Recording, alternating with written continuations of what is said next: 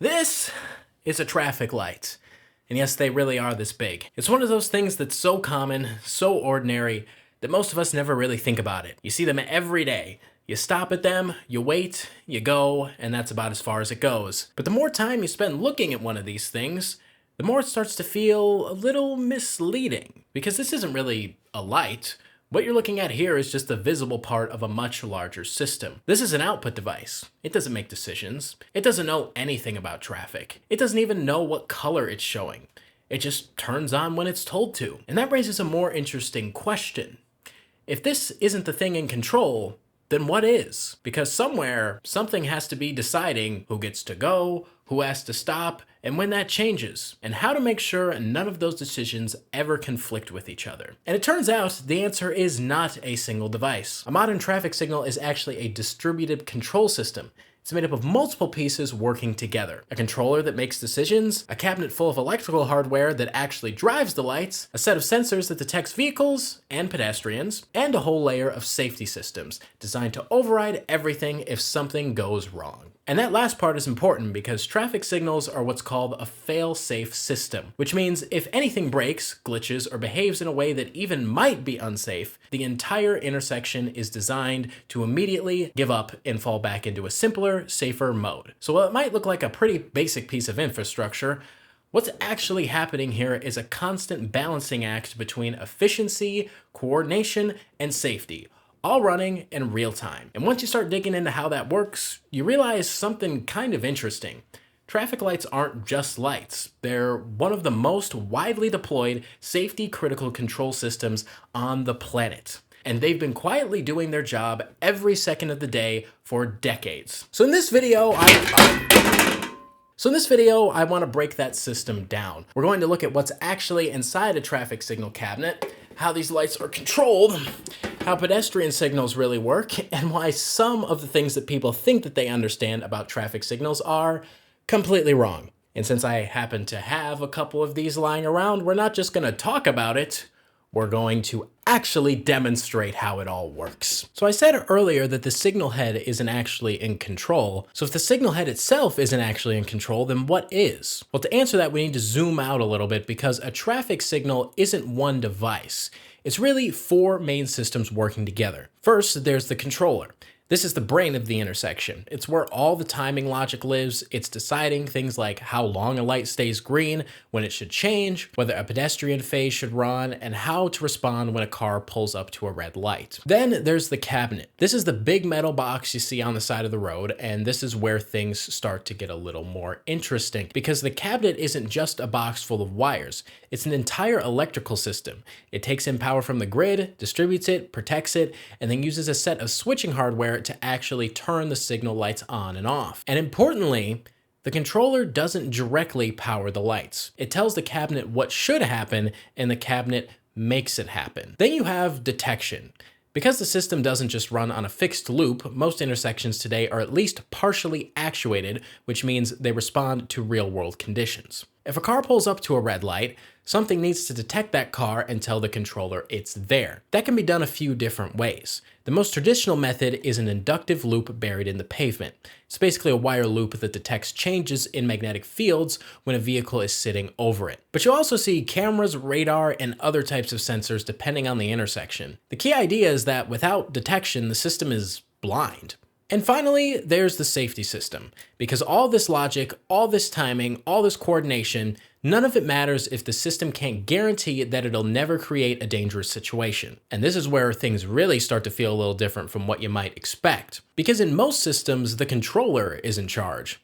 But in a traffic signal, the controller is not trusted. If it does something incorrect or even something that looks incorrect, there is another device whose entire purpose is to override it and shut everything down into a safe state. And that idea, that safety is enforced independently of the main system, is one of the most important concepts to understand about how traffic signals actually work. Because once you realize that, a lot of the design choices start to make a lot more sense. Now, all these pieces, the controller, the cabinet, the detection, and the safety system, come together at a single point.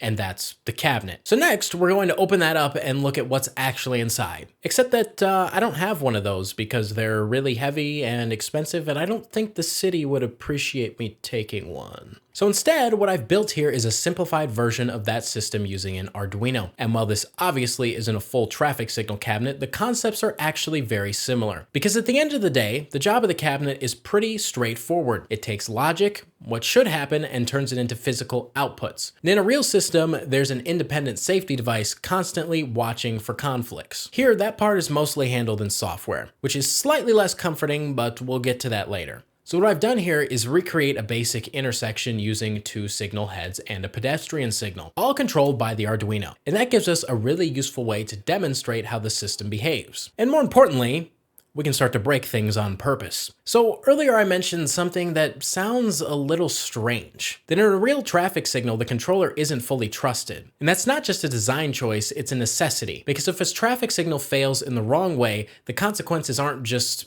inconvenient, they're dangerous. In a real intersection, this is handled by a device called a conflict monitor, or more formally, a malfunction management unit. And its job is not to run the intersection, its job is to watch. It constantly monitors all the outputs going to the signal heads, every red, every yellow, every green, every pedestrian indication. And it's looking for anything that should never happen. For example, if 2 conflicting directions both show green at the same time, or if a signal shows a combination of those colors that doesn't make sense, or even if voltages aren't what they're supposed to be, if it sees something like that, it doesn't try to fix it, it just shuts everything down immediately. And when I say shuts everything down, what I really mean is that it puts the intersection in flash. So the system is designed with this very intentional hierarchy. The controller is allowed to be flexible. It can run different timing plans, respond to traffic, and coordinate with other intersections, but the moment it does something unsafe, it loses its control. And this isn't an edge case behavior. This is the core of how traffic signals are designed. They are built on the assumption that something will go wrong at some point. And when it does, that system should fail in the safest way possible. So far, everything we've talked about has been internal. But there's one problem. None of that matters if the system doesn't actually know what's happening out there, because traffic signals don't just run on a fixed timer anymore. Most intersections today are what's called actuated, which means that they respond to real traffic. If there are no cars waiting, a signal might skip a phase entirely. If there's a long line of cars, it might extend the green light. If a pedestrian presses a button, it needs to insert a pedestrian phase into the cycle. But for any of that to work, the system needs input. And this is where detection comes in. The most classic method, and the one you've probably heard of, is the inductive loop. This is a wire embedded in the pavement, usually cut into the asphalt in a rectangular shape. It's connected to electronics in the cabinet that create a magnetic field. And when a vehicle sits over that loop, it changes the inductance of that system, which the controller interprets as, there's a car here. It's simple, it's reliable, and it's been used for decades. But it's not the only method. A lot of modern intersections also use video detection. That's where a camera is mounted above the intersection and software analyzes the image to detect vehicles. And then there's radar and microwave detection, which can detect motion and presence without relying on visibility in the same way that cameras do. Each of these has its own strengths and weaknesses. Loops are extremely reliable, but they require cutting into the pavement. Cameras are flexible, but can struggle with glare or poor lighting, and radar works well in bad weather, but it has its own limitations depending on geometry. The important thing is that all of these systems ultimately serve the same purpose. They answer a very simple question: is someone there? And once the system knows that, it can start making decisions. Now, in this setup, I don't have inductive loops buried in the floor, and I'm not about to start cutting trenches in my driveway for the sake of a YouTube video, so instead I'm simulating detection. In that case, that might be a button press or a programming input that tells the system a vehicle or pedestrian is present. And from the controller's perspective, that's all it needs, because it doesn't care how the detection happens, it just cares that it receives a signal, which means we can use this setup to demonstrate something important. The signal isn't just running through a fixed pattern, it's reacting. If I trigger this input, the system will recognize that there's demand in that direction, and it'll adjust its behavior accordingly. And that's what makes modern traffic signals feel dynamic. Even though underneath all that, it's still just a set of rules responding to inputs in real time. So now that the system can detect vehicles and pedestrians, the next question is, what does it actually do with that information? Because a traffic signal isn't just turning lights on and off randomly, it's following a very structured set of timing rules. And these rules are what actually define how an intersection behaves. At the most basic level, everything is organized into phases and intervals. A phase is just a movement that's allowed to happen. So for example, traffic going straight in one direction might be one phase. A protected left might be another, and each of those phases is made up of several intervals. The most obvious one is green, that's when the traffic is allowed to move, but even that has structure. There's something called a minimum green. This is the shortest amount of time that the light is allowed to stay green, no matter what. Even if the car that triggered it disappears immediately, the signal won't just snap back to red. It has to give enough time for drivers to react and start moving. Then there's maximum green. This is the upper limit. Even if cars keep arriving, the system won't let one direction run forever. Eventually it has to serve the other movements. So somewhere between minimum and maximum, the signal is constantly deciding whether to extend the green or end it, and that decision is based on detection. If vehicles are being detected, the green may be extended. If there's a gap, the system assumes traffic is cleared and it moves on. Then comes the part everyone recognizes, the yellow light. This is called the change interval, and it exists for a very specific reason. It gives drivers time to either safely stop or safely proceed through the intersection. And after that, there's something most people don't think about at all, the all red interval.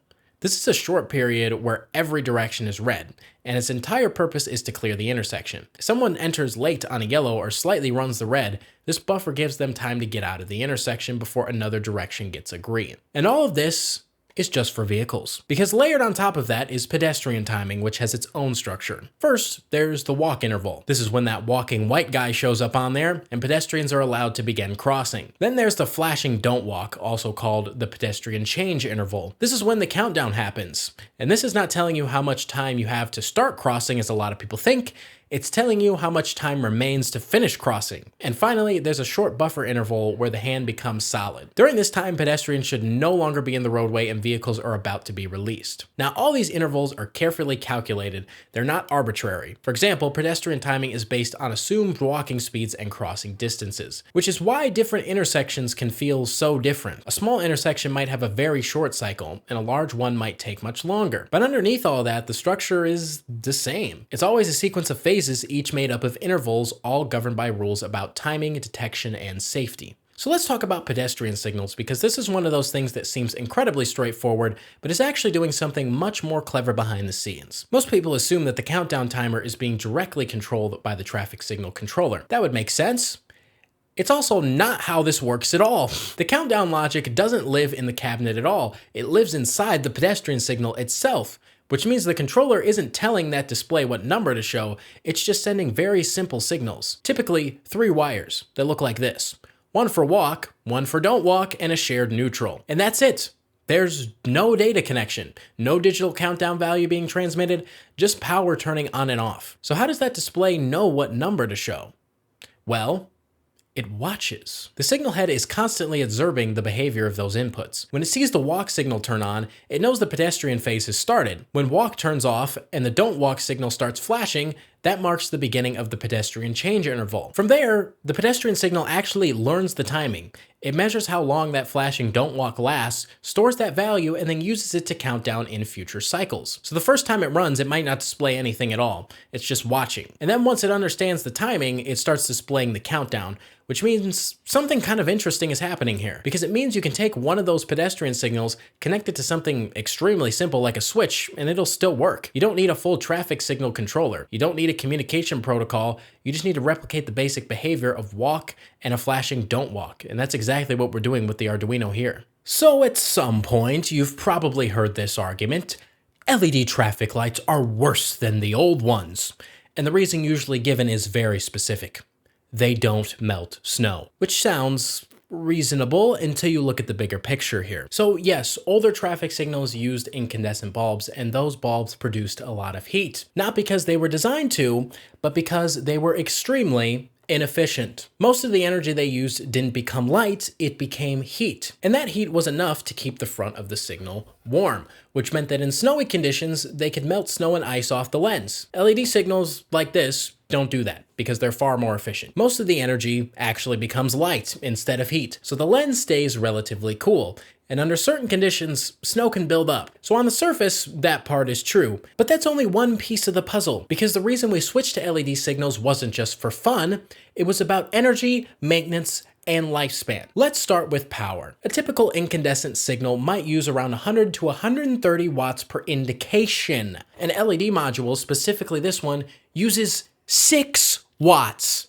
6! That's roughly a 10 times reduction. And when you scale that across an entire city, running 24 hours a day, thousands of intersections, that becomes a massive cost savings. But energy is only part of it. The bigger difference shows up over time. Incandescent bulbs have a relatively short lifespan because they rely on a filament, and that filament eventually burns out. When it fails instantly. One moment the signal is working, the next moment it's completely dark, which means intersections need more frequent maintenance, crews have to go out, replace lamps, and constantly monitor for failures. LEDs behave very differently. Instead of a single filament, you have an array of many small light sources, and instead of failing suddenly, they degrade slowly. Over time, they might get dimmer, but usually they don't just turn off without warning, which means that maintenance can be planned instead of reactive. And the lifespan difference is huge. An incandescent signal might last on the order of a year, most times less, depending on the usage. And this specific LED module has a manufacturer warranty of 10 years. They are saying that this will last for a minimum of 10 years, and the company will replace it for free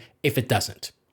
That is insane. So instead of constantly sending crews out to replace burned out bulbs, agencies can install these LED modules and leave them in place for such a long time, which reduces labor costs dramatically and reduces the chances of a signal going dark unexpectedly. So when you look at the full picture, energy savings, longer lifespan, and reduced maintenance, the switch to LED isn't just an upgrade, it's a complete shift in how these systems are maintained and operated. Now, the snow issue is real. LEDs don't produce the same heat, so they don't melt snow the same way that incandescent signals did. But that doesn't mean the problem was ignored. Agencies developed other solutions. Things like specialized visors that reduce buildup, coatings that make it harder for snow to stick in the first place, and in some cases, active methods like clearing or heating. So instead of relying on wasted energy as a side effect, they addressed the problem directly, which is generally how engineering works. I mean, I don't know, I'm not an engineer, but I think that's how it works. But the point I'm trying to make here is you don't throw out a better technology because it introduces a new limitation.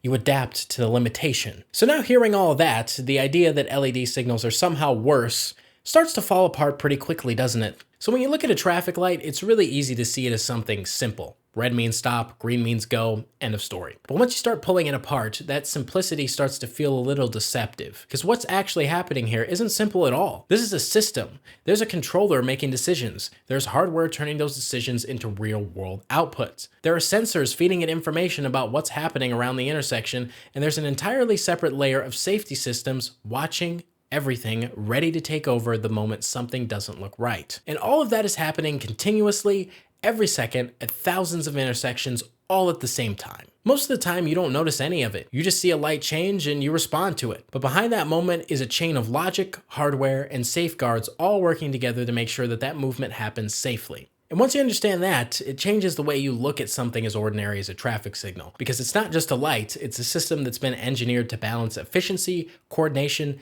and safety in real time with very little room for error. And it's been doing that reliably for decades, which is honestly kind of impressive considering how much chaos it's quietly preventing every single day.